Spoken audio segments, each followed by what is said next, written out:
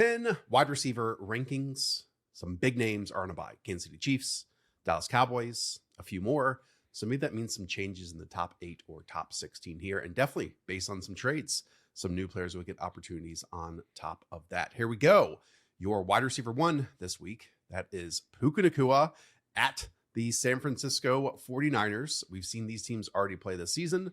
We've seen Puka Nacua be in and out of the lineups. When he's in the lineup, he's a dominant force. 95.5 receiving yards in the pick'em lobby. I'm expecting him to be fully ready to go. As a reminder, 49ers missing Fred Warner and their top 3 edge rushers. It sounds like they're going to get Bryce Huff back, but I think they're just going to probably keep this ball underneath, make these guys tackle. And I think that's a lot of Puka Nacua over the middle here. Jaxon Smith-Njigba is your wide receiver 2. This is against the Arizona Cardinals. Again, a matchup we've already seen this season. For the Cardinals, no Will Johnson, no Max Melton. They did get Walter Nolan back in prime time, and he was a major difference. But just as they get maybe now their best penetrator up front, they lose their top 2 corners. Yeah, this is a complete layup fest for Jaxon Smith-Njigba. He's at 40% targets per route against zone coverage. And the Cardinals are 4th highest in zone coverage rate now with backup corners. He's caught 71% of his 15-plus air yard targets this year, which is insane. Like the average is like around 45%, and he's doing it on like almost league-high volume. So JSN has been perfect with Sam Darnold. Rashid Shaheed, I'm guessing he's going to be like a full-time player. We'll get to him in a second. I think that'll matter for JSN just a little bit, but for the most part, whenever you see JSN against zone coverage, it's like teach tape. Like the way that he's able to manipulate these corners who are kind of like sitting on their toes, it's unfair. We'll talk a lot more about these NFC West matchups from a quarterback lens and just a game preview lens in our Saturday episode when we talk about quarterbacks and tight ends. So be sure to watch that one. All right. Amon-Ra St. Brown is your wide receiver 3. This is at the Washington Commanders, a Commanders defense that have allowed the aforementioned JSN to go 8 for 129, Rashee Rice for 993 and 1, CeeDee Lamb for 5 110 and 1. I'm not saying all those guys are exactly similar players, but they can win and attack defenses in similar ways. Definitely so. Mike Sanderson's just like not been the same player. He was a fun prospect, had a really good year last year when he was playing on the outside, moving back inside where he played at Michigan, and like things have just not been the same.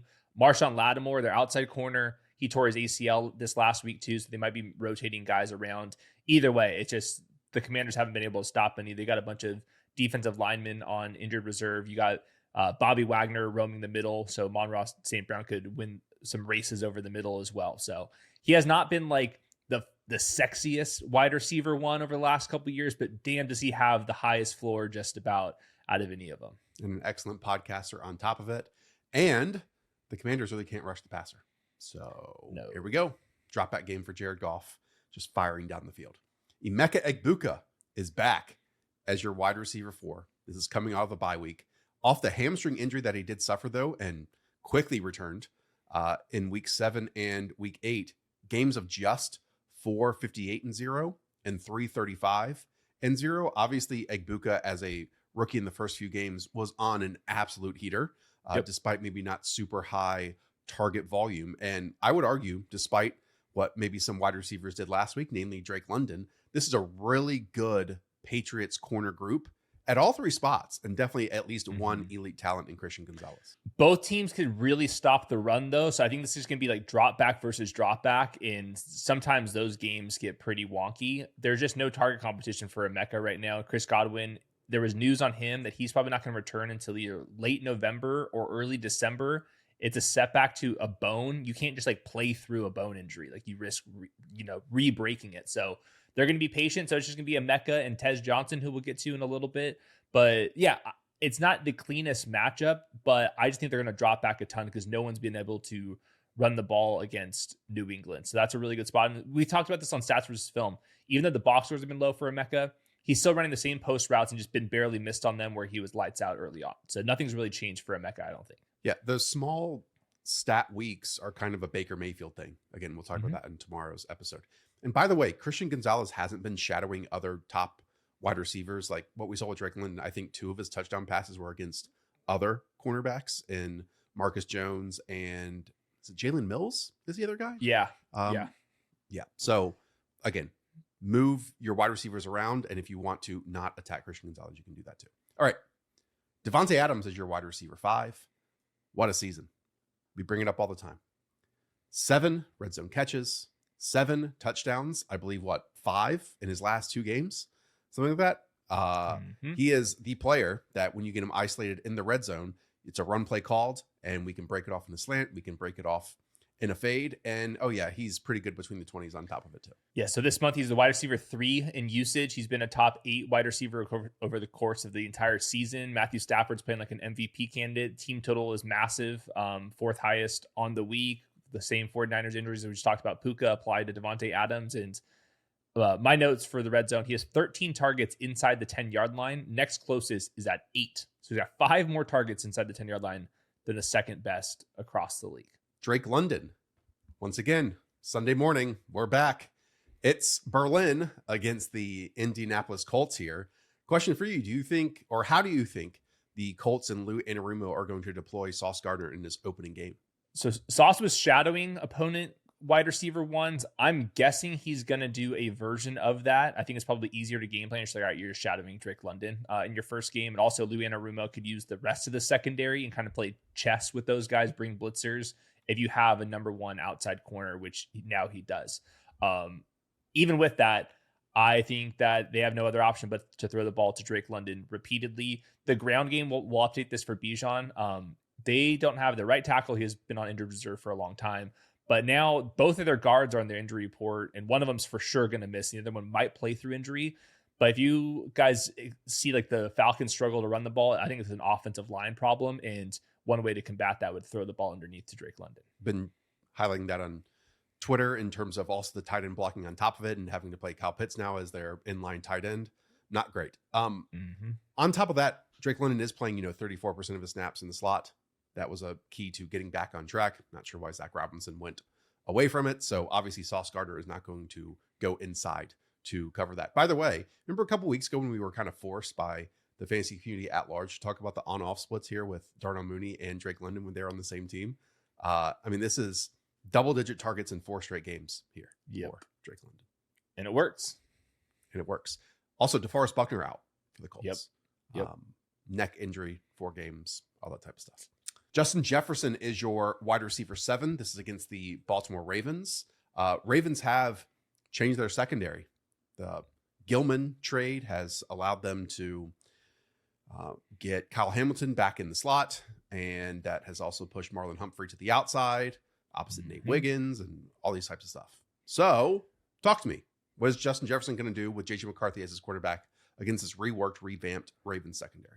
Spreadsheets wouldn't make you believe this, but I think it's going to be one of the best secondaries in the NFL moving forward, just because they have the chess piece in Kyle Hamilton, like you said, and Nate Wiggins is enjoying a nice breakout season, and Marlon Humphrey is still a total pain in the butt. So we've also seen the Ravens handle inexperienced quarterbacks over the years. They can run a lot of funky looks just because they have so much continuity in the secondary and then a chess piece like Kyle Hamilton. So that all makes me a little bit nervous for J.J. McCarthy here, who I think just needs to kind of calm down. Sometimes the ball kind of sprays on because he seems so jacked up. But if you learned anything from the Carson Wentz era, it's just to keep peppering Justin Jefferson and good things happen. So one-handed touchdown last week.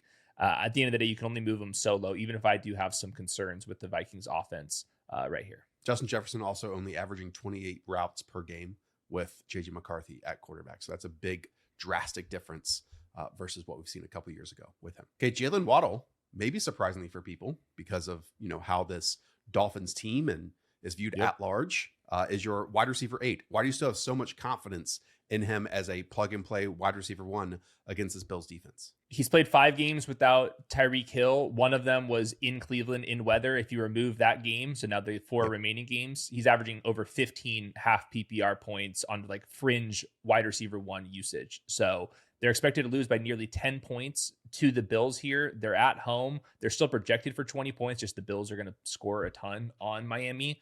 And there's some injuries to kind of keep track of. Taron Johnson, the slot corner, he's been on the injury report. Don't know if he's going to play, which matters because Waddle does go inside a little bit. And then also Christian Benford, their number 1 corner on the outside. He went from limited to DNP with a groin injury. We'll have to update him on Sunday, but that would be a pretty big deal. I think the Bills are getting a little bit better in the secondary right now, getting some guys back. But I don't think this is like some complete standout unit. And even if it was, Tua and Mike McDaniel are still capable enough of giving Jaylen Waddle 8+ targets here. I had the same notes about that Cleveland game. The Dolphins and Tua, namely, could not function, one in weather, but then also when you have Myles Garrett and company pass rushing against you. And so now this is at home. And I understand Buffalo has done well in terms of pressure packages with their 4 pass rushers, but that's just a different animal versus that scenario that we got in Cleveland. So yeah, he's been extremely, extremely consistent ever since Tyreek Hill went down. Next is Ladd McConkey as your wide receiver 9. This is against the Pittsburgh Steelers. We had the entire opening month of the season where Ladd was the 3rd wide receiver in scoring on the Chargers, and now he's a top 10 option for you. Yeah, he has not hit like the big ceiling weeks that we were kind of hoping for when he was being drafted at the 2-3 turn, but he's kind of stabilized as the go-to option in general. He's a near full-time player. He almost runs a route on every single drop back. I think without Joe Alt, the Chargers take a hit in general, but that also means that they're probably less likely to run the ball. They're probably going to have to pass the ball more because they're going to be in more close games. And then also for Ladd McConkey, you'd think that they were going to have to throw the ball out quicker just because they don't have Joe Alt, and that helps Ladd McConkey, whose ADOT is a lot lower than Quentin Johnston. So I think that the Joe Alt injury, that probably matters less to Ladd McConkey and Keenan Allen than everybody else in the offense. On top of that, the Steelers have allowed 16 receptions to wide receivers per game. That's the most in the NFL. They've actually allowed the most raw wide receiver receptions, despite already having their bye week. They're rotating guys around the formation. And on top of that, you have TJ Watt against backup tackles. So what would you do if you were Greg Roman? You probably drop back and throw the ball to your slot a million times to kind of counteract that. Next is Romeo Doubs against the New York Giants. This is a big conversation because he's off a 3-target, 0 catch game. Yep. James has been on everyone's social media platform of choice this week, letting people know that it's not Rome's fault that he's not getting the football. On top of this, just to set this game up for you, this is the weather game of the weekend. According to Kevin Roth of Roto Grinders, expect sustained winds from 15 to 20 miles per hour. There's a rain-snow mix as a possibility in the forecast here as well. I have more positive Rome Odunze stats to bring along to the table, but I'll give you the platform here. What do you think about Rome against this Giants defense? I've not checked weather, so I might have to make some minor adjustments, but just like on the surface here for Rome Odunze, the Giants play a ton of man coverage. Rome Odunze against man coverage, 29% target share. That's 19% against zone coverage. We saw that on his rookie tape. If you guys go watch our offseason content, we go back and look at all the rookie wide receivers. And I thought Rome and Caleb were just like never on the same page against zone. And then there's flashes against man. That's kind of carried over here once again. On top of that, Paulson Deebo, their top corner. We'll see if he's going to play in this one. He's been out for a little bit, still on the practice report or the injury report right now. So on paper, it's just a good matchup for him. And then keep in mind, whenever defenses are running man coverage, all across the NFL, wide receivers get targeted a whole lot more than in zone coverage. So a lot of positive signs here for Rome Odunze. Just we have to update for weather. Yeah, I know the weather can be a concern because I just brought it up. At the same time, I absolutely love Rome Odunze higher 52.5 receiving yards here in the pick'em lobby. Again, we just got a 3-target game. Prior to that, we got a 10-target game. Yep. And in man coverage, the stats, as you said, just go through the freaking roof. They're going to be able to run the football. That's what Ben Johnson wants to do. At the same time, I really believe that this is one of those matchups, and especially how we talked about, against Cincinnati Bengals, where you basically can sacrifice your ex wide receiver and get everyone else going because it's DJ Turner and then 10 below average talents to bad talents. Yeah. That's not necessarily the case here against the Giants. Yep. So Rome should get it done this week. And I just love to attack this kind of spot when people just remember what happened last week versus the game before when he went nuts. We always talk about it. Wide receivers, it's up and down, up and down. Everyone in the comments loses their mind. We got to be level-headed with this, realize there's going to be some dud games, some major games, and just ride the whole thing out. Look, and weather can change that, obviously, but just from a stats-based prediction standpoint, I'm in on Rome this week. And by the way, you can play with me if you want to over on the Dog app. Use promo code THESHOW or click the link in the description down below. And if you play $5, we'll throw $100 in bonus cash in your direction. We continue like every day to open up a new state in terms of pulling levers for prediction markets. So what's Florida and Oregon most recently, along with Missouri on top of this. Again, there are a lot of these states that 6 months ago, a year ago, 2 years ago, you weren't able to play on underdog. Now you can. Texas, Georgia, California. So go right now, when one of those beautiful, miraculous, wonderful, handsome states, and go and play on the dog app. Next, Zay Flowers, wide receiver 11 at the Minnesota Vikings. Talk to me, because this is very high for a guy who ranks wide receiver 49 in routes per game. Yeah, this is a struggle for me with Zay Flowers, because all of the per route numbers are excellent. He's good against man and zone coverage.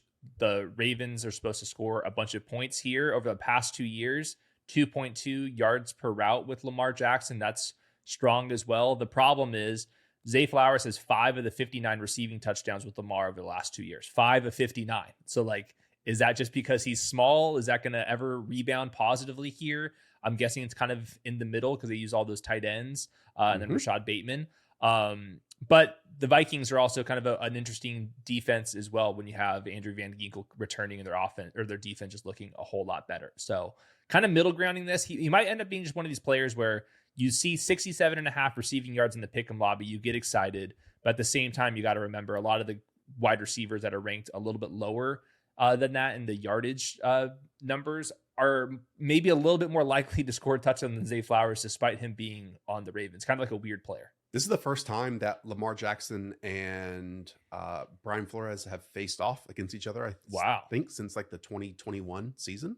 Wow. So it's a long time. That's a really fun matchup of one styling of quarterback versus a unique defensive play caller on top of it. Zay Flowers targeted on a team high 27% of passes against the blitz again. So yeah, that's what Brian Flores is going to do in key situations. And maybe Zay Flowers is going to be on the end of those. Last note on him. He's one of, I believe, his 10 receivers who have an above 25% target per route against man coverage and zone coverage. And the list of those guys, it's the best wide receivers in the league. And then players like Zay Flowers, Chris Olave, and then even Keenan Allen. Just could do everything. Yeah. He's just small. So he's not targeting the red zone or the end zone. Yeah. Next, Michael Pittman, wide receiver 12. Love this matchup for one of his teammates, and not so much here for Michael Pittman, to be honest with you. Okay. We'll get to that one in a little bit, though. This is against the Atlanta Falcons. He does have 3 games in a row catching at least 7 passes. So you just talked about the instability at wide receiver. He has been very stable from that standpoint. They just pass the ball a lot more than they're given credit for. Jonathan Taylor is in the headlines, but they're actually 4th in neutral pass rate this month. And that's kind of been the case the entire season. So if the game ever is close, then these guys have a lot more targets than you would expect. So this month, he's the wide receiver 14, a wide receiver 27 usage. He's a good player and a good offense. Colts are projected for the 3rd most points on the week, so he's very live for a touchdown. Went back and watched some AJ Terrell. Doesn't really shadow guys. Plays on each side of the field, not necessarily shadowing anybody. And I think that Alec Pierce is kind of closed the gap. So I wouldn't expect Terrell to shadow Pittman or Pierce. I think he's going to see both of them. But I do think that does matter because there's kind of a big drop off to Terrell to their next corners. If you actually look at Drake May's passing chart last week, who faced the Atlanta Falcons, he barely targeted AJ Terrell's side of the field. It was everything on the opposite end. So I'll be interested to see if Shane Steichen does the exact same thing here. On top of that, Michael Pittman, well, I should say this Falcons defense running single high 50% of the time. And Michael Pittman has only averaged 1.25 yards per route run against cover 3/single high stuff all season long. That's from Rich Rebar's worksheet. So again, a hint at one of his teammates who we really like this week. Garrett Wilson is back in lineups. We don't know who his quarterback is because Aaron Glenn refuses to tell us. And this is against the Cleveland Browns defense, but still wide receiver 13 in your book. Yeah, I'm not going to lie. This one makes me nervous, but he's been absolutely peppered with the football more times than not. And over the course of the season, this is kind of where he is on a per game basis. You get Denzel Ward, you get, Justin Fields. I'm guessing Justin Fields most likely being chased around Myles Garrett, who's maybe playing the best football of his entire career. So there's reasons to be nervous.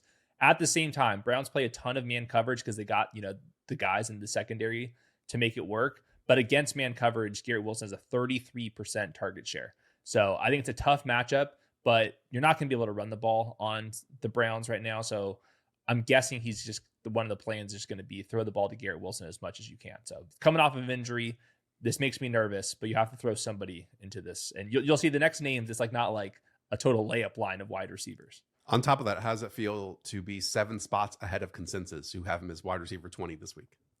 Sometimes the guys coming off injury, they rank him a little bit too low, or maybe I'm a little too high. We'll find out. Yeah. I mean, when he bottoms out, he really bottoms out. And then even in the games that he has gotten there, it's been a last second touchdown for absolutely no reason. Those count? Those do count, yes. Okay, Nico Collins. I'm just saying that those are more difficult to do, I think, against the Cleveland Browns. Nico Collins as wide receiver 14 against the Jacksonville Jaguars. Nico, when he played with Davis Mills for a half and a half of a quarter, caught 6 of 8 targets for 66 yards.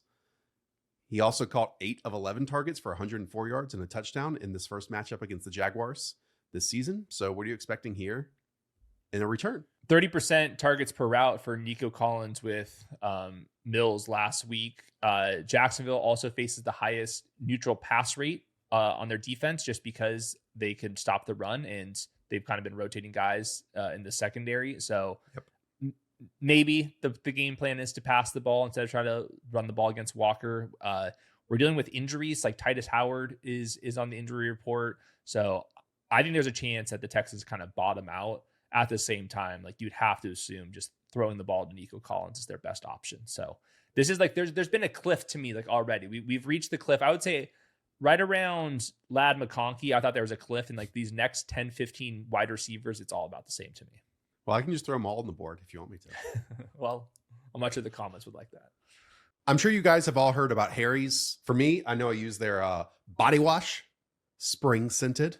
Also, the beard and face wash as well. These are my go-tos on a daily basis, but we also need razors, don't we? And for many people out there, you look online, you look in the drugstore, you see, I don't know, $30 for 8 refills. I mean, that's a total scam. Instead, you need to be trying Harry's Plus. I mean, there's all these things I could talk about with Harry's Plus, but this one caught my attention. They own their own world-class blade factory in Germany. The same facility has been perfecting blade making for over 100 years. I mean, they get to control the entire process here. It's a smooth, clean shave on top of everything. So again, if you've been searching for razors or thinking of changing the one that you use, for a limited time, our listeners can get the Harry's Plus trial set for only $10 at harrys.com/the show. The set includes the all-new Harry's Plus razor, 1 refined 5-blade cartridge, a 2-ounce foaming shave gel, and a travel cover to protect your blades on the go. Just head to harrys.com/the show to claim this offer. And after you purchase, they'll ask you where you heard it from. Please support our show and tell them that we sent you. Next is DK Metcalf. Again, I think you said it before that you never get DK Metcalf right this season. No. You're 8 spots ahead of consensus on him this week. Wide receiver 23 to them, wide receiver 15 for you. This is at the Los Angeles Chargers. I will say, Chargers and kind of their soft shell a little bit have allowed Hollywood Brown to go 10 for 99, Sutton 6 for 118-1, Deebo 8 for 96-1, Pittman 7 for 58-1, Waddle 695, Justin Jefferson got there too. So it's almost like, hey, DK, sit in the soft spot in the zone, and then DK run after the catch. And I think Aaron Rodgers will like that connection this week. That's pretty much my notes here and why I'm higher on them. The Chargers are a very good defense in general. They're second best against fantasy wide receivers, but their top options have gotten home, and it's all that zone coverage. And I was maybe surprised by this. Targets per route versus zone coverage, DK Metcalf's at 26%. Against man coverage, that's at 17%. So he's actually been better against zone coverage than man. I think part of the reason is because I've noticed this a couple times per game. Aaron Rodgers gets under center, checks out of the run play, looks at DK Metcalf, gives him a hand signal, and it's all of a sudden like a little free kind of reception. A lot of that could be against zone coverage if he just likes the numbers versus the box. So he's getting a couple like free extra receptions. They're also slight dogs here in like there's no weather. They're in a dome, I guess, technically a dome. There's It's not fully domed in Los Angeles. So you can get some going through architecture now. yeah. Which actually my side hobby is architecture. Anyways, it's a good matchup. Like if you really get into like the numbers for DK Metcalf, it's actually not as bad of a matchup as you'd think. On top of that, I think maybe some of not the zone numbers are skewed, but that 180-yard catch and run against the Minnesota Vikings was against zone. Yeah. So yeah, that can happen. He can again, run. though. He could run. Okay, we have both Eagles wide receivers. I tried on the Thursday show to pitch Faraz, like I've been doing on every episode, to rank Davante Smith rest of season higher than AJ Brown. He disagrees with me. The public disagrees with me. We're another week, and you have Davante Smith ranked ahead of AJ Brown, while both go to Lambeau Field to face the Green Bay Packers. Packers play every type of defense, man and zone coverage. They're trying a bunch of things out. In general, very good defense, as everyone knows. I think the easier thing is the AJ Brown splits. Against man coverage, 37% targets per route. Against zone coverage, that's at 17%. It's one of the biggest differences in targets per route across coverages. That makes sense. Like if you see single high against AJ Brown, he's an athletic freak. You throw the ball to him. Against the other stuff, Davante Smith, I think, has just a little bit better field than AJ Brown right now. So I think the Packers are going to probably play a little bit of everything here. So I'm kind of just like sticking with the numbers over the last year. Davante Smith is like narrowly beaten out AJ Brown. AJ Brown, full participant in practice.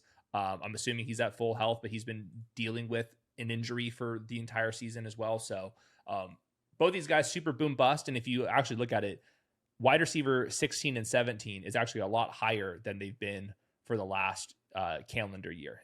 But we're also not expecting them to have a huge lead where they run the ball the entire second half too. This season, Davante's wide receiver 17 versus AJ Brown's wide receiver 32 in points per game. Last year, from week 8 until the finish of the season, it was wide receiver 15 for Davante and wide receiver 22 for AJ Brown. So like you're saying, it's a full calendar year at this point. Romeo Doubs is your wide receiver 18 on the opposite end of that matchup. This is against the Philadelphia Eagles, who should have maybe a different outlay of how they're putting cornerbacks on the field. We know Quentin Mitchell's out there, but are they going to keep Cooper DeJean in the slot? Are they going to move him to the outside with Michael Carter? But they already made a trade for Jair Alexander too. So who knows? At the very least, I think they recognize, just like what we recognize, that other than the pass rusher, teams just targeted the hell out of their second outside corner, and Howie did everything he could at the deadline to make that not the case moving forward.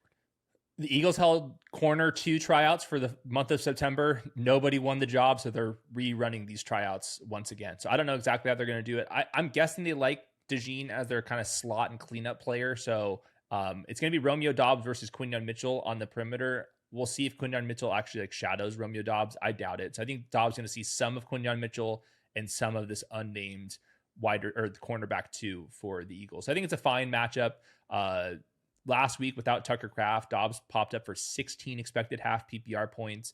Matthew Golden's picked up a little bit of a shoulder injury. Christian Watson playing well, but in a part-time role. So this month, Doubs is the wide receiver 14 in usage. And I think he's a better player than a lot of people give him credit for. Marvin Harrison Jr. had a long discussion in the Thursday episode about this one. Top 19 name for you here. I will add, Seattle. That matchup sucks for everyone. He did play really well against Seattle to start the season. Yes. I mean, was wide receiver 14 that week, I believe. So, look, we saw it against the Cowboys. Deron Bland just got taken to school against Marvin Harrison Jr. on the outside. And I would like to think that with Jacoby Brissett, maybe we get even more middle of the field, intermediate and downfield routes on top of this. So it's not a great matchup at all, but Marv, if he catches the ball, also would have just had, better production to open the season on top of it too. Yes, this one's a difficult ranking because I am treating Jacoby as an upgrade for Marvin Harrison. I'm also anticipating Marvin Harrison just to play better football, like after this, like a year and a half of like getting acclimated.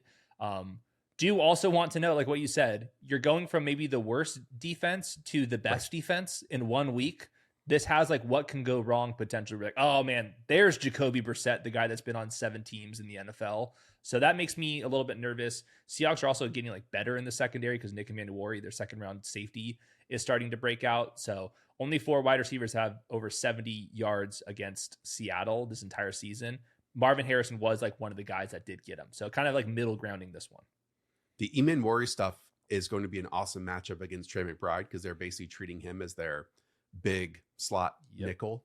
And so they can just, stay in dime or nickel as much as they want to with a freak of a player that is 6'2", 220. That's basically the size of their linebackers. So yeah, that's going to be a really fun matchup, I think, with Trey McBride. And then that means a lot more Reek Woolen on Marvin Harrison. And Who's gotten beat a lot, I feel like, this year. Yeah. He's kind of the cornerback equivalent to Marv, who like when it's going well, it's going well. And when it's not going well, it's not going well. So that'll be fascinating. That's like 2 massive humans on the outside. So fun matchup. Maybe the wide receiver I'm most excited for this weekend is Alec Pierce. He's wide receiver 34 in consensus rankings. 34. Just getting no respect still. And he's wide receiver 20 for you. The reason I'm excited, per Reeves' worksheet, versus cover 3 this season, which again, we mentioned they run about half the time. Yep. Alec Pierce is averaging 4 yards per route run. 4 yards per route run. That makes him like the best wide receiver in the NFL. Yeah. Yeah. Well, JSN across the NFL right now is like averaging like 4.3, which is all-time numbers. We don't have databases that go back long enough for what JSN's doing. But yeah, it makes sense. Cover 3, a lot of times it kind of plays out where it's like hucking it downfield and you got to win at the catch point. And that's what Alec Pierce is doing. And then he also is introducing some like big breaking routes. So we've seen some like in breakers. And then last week in catch up mode, he was peppered by Daniel Jones on these out routes. And they came down with most of them. Some pretty difficult throws, but that was just cool that he has a quarterback that's willing to like make these like kind of layered throws over the middle. And you can get those on cover 3 as well. So I think it's a good spot for him. He's wide receiver 24 in usage. They pass the ball more than you'd expect. And then I think that with AJ Terrell, he's going to see some Pierce, some Pittman, and there's a big drop off to the rest of the guys in the secondary. I'm excited for this one. This is, again, exactly the type of single high looks. Let's get Alec Pierce down the field. And by the way, I think the first 3 dropbacks of the first 4, Alec Pierce was force fed the football in those. So it's not just, these are the shot plays. It's major part of the game plan heading into it. Let's get Alec Pierce the football. Chris Olave is your wide receiver 21. This is at the Carolina Panthers. No Rashid Shaheed. So it's some combo of Brandon Cooks and Devon Vele as the wide receiver 2 in this offense. On top of that, I still don't know how many more targets Chris Olave can get. He's already almost touching like the 30% target share mark. Right. They're going to try. I have some big time concerns with the Saints. They don't have Tylisi Fuaga, their first round right tackle from a couple drafts ago. They got rid of Penning, so the interior is already bad. And no Eric McCoy. No Eric McCoy at center. Left tackle is a rookie who I really like and is playing very good football. But that's a lot for Tyler Shuck to try to go figure out. So we'll see how much we can scam here. I'm not expecting a whole lot of touchdowns. Unfortunately, last week was a season low in usage at 5 expected points. So hopefully that's not a trend with Tyler Shuck building here. But I think this might be the worst roster in the NFL. Ooh. Even, there's Titans are up there, and obviously the Titans are real bad. They are. The Saints right now their offensive line is materially worse. Tyler Shuck has been shucking it down the field. He just hasn't hit on basically any of those passes. Yeah. One of those could hit though, and like Chris Olave then could have a really nice week. So again, this type of, and we also get low ADOT, maybe some quick passes on this one too. So Next, Wan'Dale Robinson is your wide receiver 22. This is at the Chicago Bears. I'm sure I have many of the same notes as you do.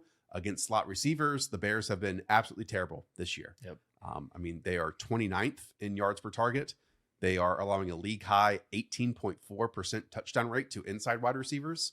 So basically, Wan'Dale just has to channel the Chicago Bears uniforms into being Dallas Cowboys uniforms, and he goes nuclear here.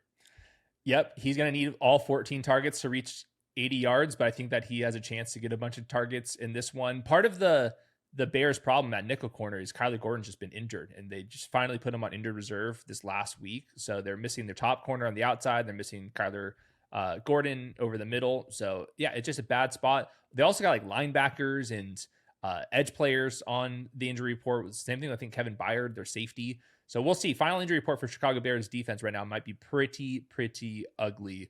And hopefully the Giants get their right tackle back. Missed this last game. He's on the injury report. We'll see if he goes. But they're also just not going to probably run the ball as much without Cam Scatterbo. And then at some point, they've got to get to Jaxon Dart. Be like, dude, you have to start throwing the ball a little bit more and stop taking these, vicious hits at the end of games. That's hard to coach out of them. But if they finally get to Jaxon Dart, that will mean a couple more targets to someone like Wan'Dale. There's been a lot of talk of that this week. Like every single platform is, hey, he can't be taking these shots and then, struggling to get to the bench and all that stuff. So then if he does it again this week. But that's been a thing for 2 years. Totally.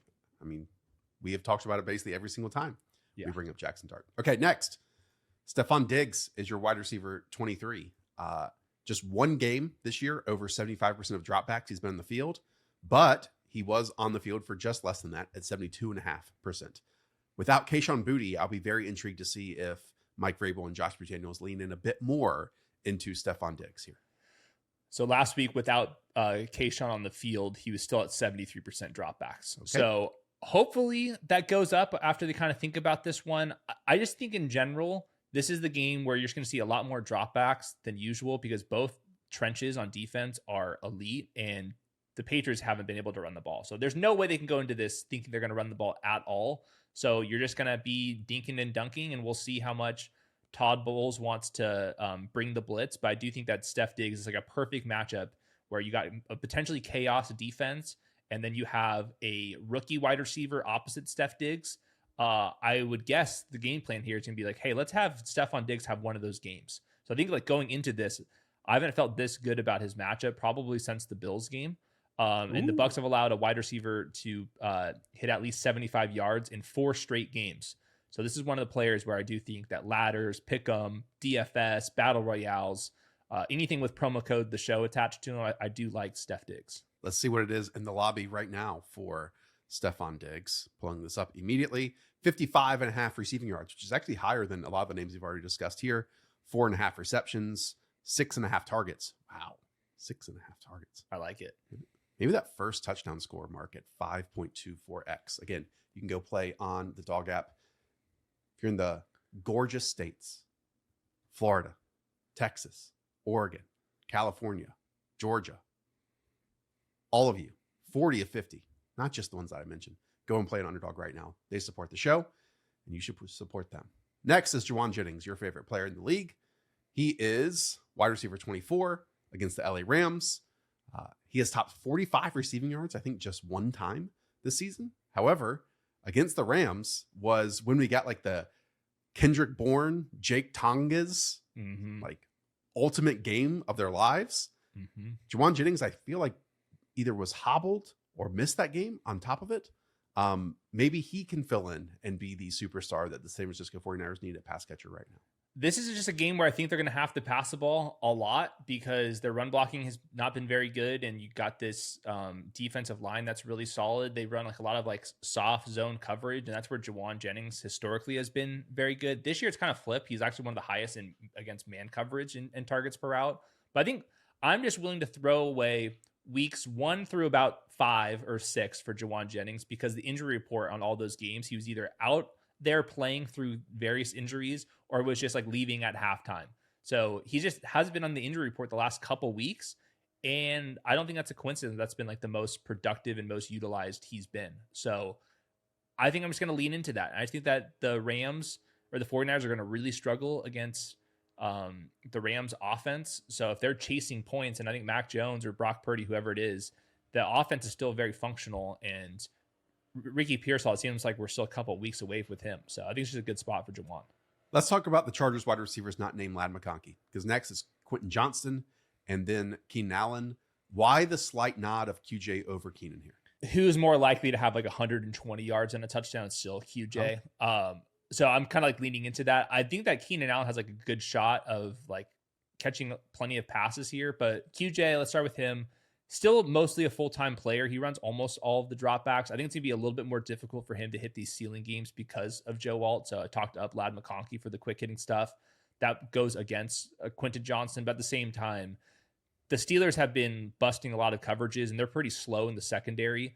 And they're rotating guys in and out, moving like Jaylen to safety. So maybe they can kind of catch this defense down the field for a couple chunk plays there. So I'm not writing off Quentin Johnston. Scored a touchdown last week. I know it's been like very up and down, but boom bust wide receiver 3, I think makes a lot of sense for him. Keenan Allen, want to say this. Okay. The Steelers have allowed the most receptions to wide receivers. They played the 4th most man coverage in the NFL. Keenan Allen against man coverage, 30% targets per route, 30%. So he plays half of the dropbacks right now, but when he's out there, he's been absolutely eating teams alive. So I think that makes him playable this week. Deebo Samuel is your wide receiver 27. This is against the Detroit Lions. He's by himself now. No quarterback, no other wide receiver. It was such a fun start to the season. And to me, I feel like if the Commanders were playing as well as they did last year, Deebo would have had a spectacular season. But now he finds himself here as wide receiver 27 on the list. Man, you're more of the Deebo whisperer than I am. So my baseline is 4 games without Terry McLaurin. He's averaging 10.5 expected half PPR points. But now you don't have Jaden Daniels. So I don't know. I'm kind of looking at this matchup where the Lions are probably going to shred the Commanders, right? And then in that scenario, it's just going to be Deebo in catch-up mode. But that's kind of where I'm at. Simple math. Yep. I know, but Simple sometimes it doesn't get that simple. Okay, unfortunately on Friday, Tetairoa McMillan popped up with a hamstring injury during practice. This wasn't something heading into practice. Again, it popped up during practice. They said he ran a limited number of snaps after that, and then they'll see what happens for the rest of the weekend heading until Sunday. That's not good. On top of that, obviously, it's not like this team is throwing a lot when they win to him, and just in general, I think he has 5 and 6 targets in their last 3 games. Albeit one game that they did win convincingly at home against the Dallas Cowboys and put up a whole bunch of points. He did catch 2 touchdown passes in that one.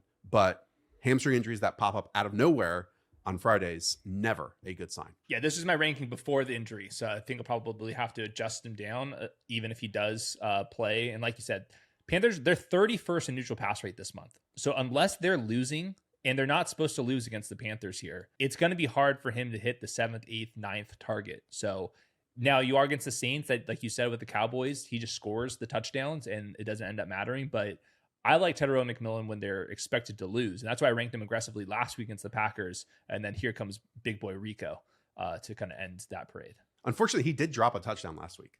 And that would have been really nice. I didn't see like that replay out there at all. But T-Mac is awesome, man. And I really wish he could play against the Saints secondary. Next is Parker Washington, wide receiver 29. As Liam Cohen got on the mic and said, hey, we're not changing Parker Washington's role at all.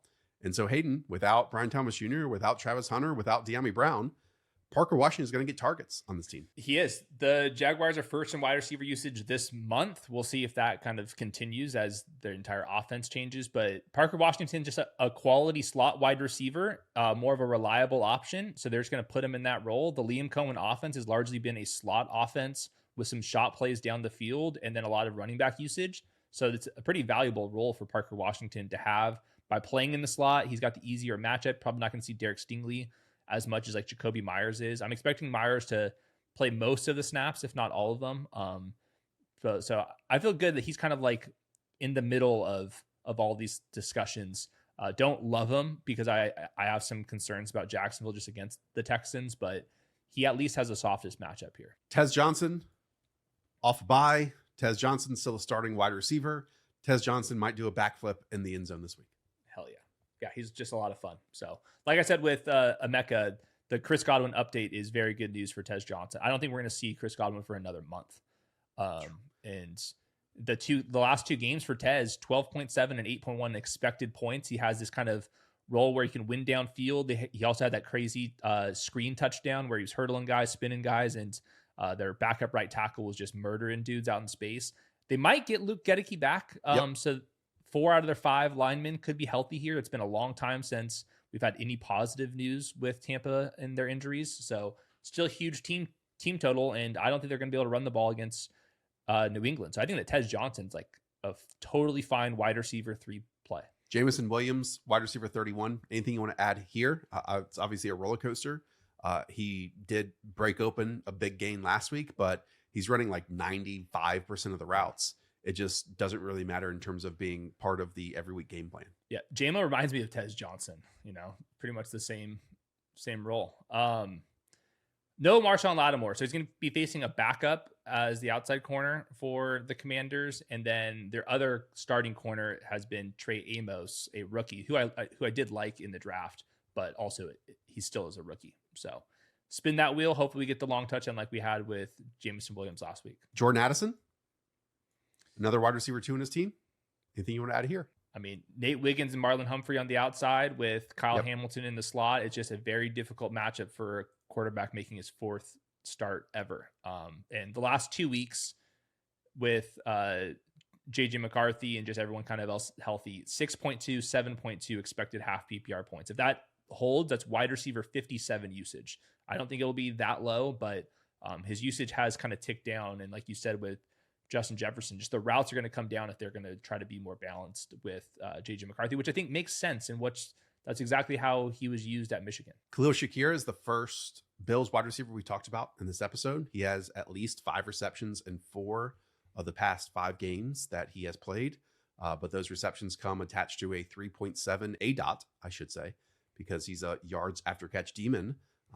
He does get this Miami Dolphins defense who just trade away their best pass rusher and have 0 cornerbacks on the roster. Yep. What's weird, though, is I was looking at this. The Dolphins have been the 3rd best team against fantasy wide receivers. And the reason is because their run defense has been so pathetic in that the Dolphins are losing by so many points that there's not a lot of volume. So there's only been actually 1 wide receiver to have more than 6 receptions against the Dolphins this entire year. That was McConkey. So volume is a major concern for Khalil Shakir here. Efficiency is not. This is a complete eruption spot, like you said, projected for 30 points. So he's probably going to get the 5th target, and hopefully by that point, he's been in the end zone. Let's talk about DJ Moore, who last week had a rushing score and also a passing score. What are you expecting for DJ Moore against this New York Giants team, since he doesn't have a single game of 20% target share or better this season? DeAndre Swift's going to play. Cole Kmet's going to play. Luther Burden's going to play. So we're back to the Bears where they have everybody. And across the season, 16% targets per route against man coverage. The Giants play a lot of man coverage in general. So huge team total here. Can get home. You're kind of just at the mercy of how much he's going to be used, which has been a little bit more recently than before. But I think that's because of like some running back and tight end issues that they've had like in the last couple of weeks. Josh Downs. We have now discussed a 3rd Colts wide receiver. He's still really good. And in the red zone, he's gotten some more opportunities as of late. They just, run multiple tight end sets at times. Obviously, they run the football when they do have the lead. And I'm expecting them to have the lead this week. Yeah. So I think he's going to be a wide receiver 4 on average. And then he's going to have some moments of actually finishing much higher than that whenever the Colts are trailing. So I don't think the Falcons are going to go up there and upset Indianapolis, but crazier things have happened. Josh Downs also just really good. And if we're worried about Terrell and Jesse Bates, like Jesse Bates roaming way downfield and then Terrell on the outside guys, you can kind of use Josh Downs on these choice routes underneath if you want to. Okay, 2 traded wide receivers close out the show. Rashid Shaheed first, now with the Seattle Seahawks. We saw Torrey Horton go nuclear in a spot start last week with 2 touchdowns. I am expecting Rashid Shaheed to immediately come in and play 60% of dropbacks that maybe then gets elevated into exactly what Cooper Kupp and Torrey Horton were doing in those 2 wide receiver sets previously. That could also immediately be a full-time starting role because he has complete familiarity with Clint Kubiak's offense. Yeah, I feel better about his playing time than Jacoby Myers just because he played in this offense this last year. So we'll see. I think he's going to play at least half the snaps. I don't think there's a bunch of volume in this offense unless he goes out there and really starts taking away from JSN, but I'm not sure about that. He's also just going to get way more healthy looks down the field. So right now, Rashid Shaheed's catch rate on 15 plus air yards is at 40%, which is below average. JSN is at 71% because Sam Darnold's been so effective. Torrey Horton's also been very good on these downfield shots as well. So you're just going to get, sometimes we talk about these double moves and he's wide open, could be touchdowns. We talk about it on stats versus film, and then the ball hits the cheerleader in the pom-pom. Now the ball might actually hit Rashid Shaheed in the hands. Yeah, it's Tyler Shuck throwing the football. And now you get Sam Darnold throwing that football. We'll close up with Jacoby. You mentioned his name. Liam Cohen. I mean, I don't want to dive too much into this since we can't bring up Travis Hunter because he's not playing on the field. It was very odd to me that Liam Cohen made it sound like the slot role is more complicated than the outside wide receiver role in his offense. He was basically saying like, oh, Jacoby doesn't have time to learn the F slot stuff, so we're just going to stick him outside and run these routes. All right, then let's just have Travis Hunter run these outside routes then, instead of these slot things. You know, if that's the easier stuff to learn, then let him do that. Yeah. Anyways, what do you think about Jacoby this week? I was wondering if he meant that he can't learn both in a week, so he's only just going to play on the outside and not that the slot's harder. But either way, he's going to be the flanker on this team, and that means he's going to be seeing Stingley and Lassiter. They traded for Jacoby Myers because he's willing to just get smoked on these Trevor Lawrence balls over the middle, and the other wide receivers have not proven that they're willing or able to do that. So I think he's going to play 2/3 of the snaps. That seems about right in this first week. And then on top of that, it's just a very difficult matchup. So I think Jacoby Myers is a fine player. This offense is fine. I don't think Jacoby is good or the offense is good. You can also do worse, I guess. All right. A lot of fines and goods, and you can do worse to close up this episode. If you have any more questions about these wide receivers, just remember that on Sunday morning, we won't have as much viewership this week because of the Berlin game, but we'll be here around, 11:30 Eastern, probably, to answer questions an hour and a half ahead of kickoff. Just your start sits for an hour and a half for 90 minutes. That's all we do, and join us there. All right. We'll see you tomorrow on the quarterbacks and tight ends rankings episode.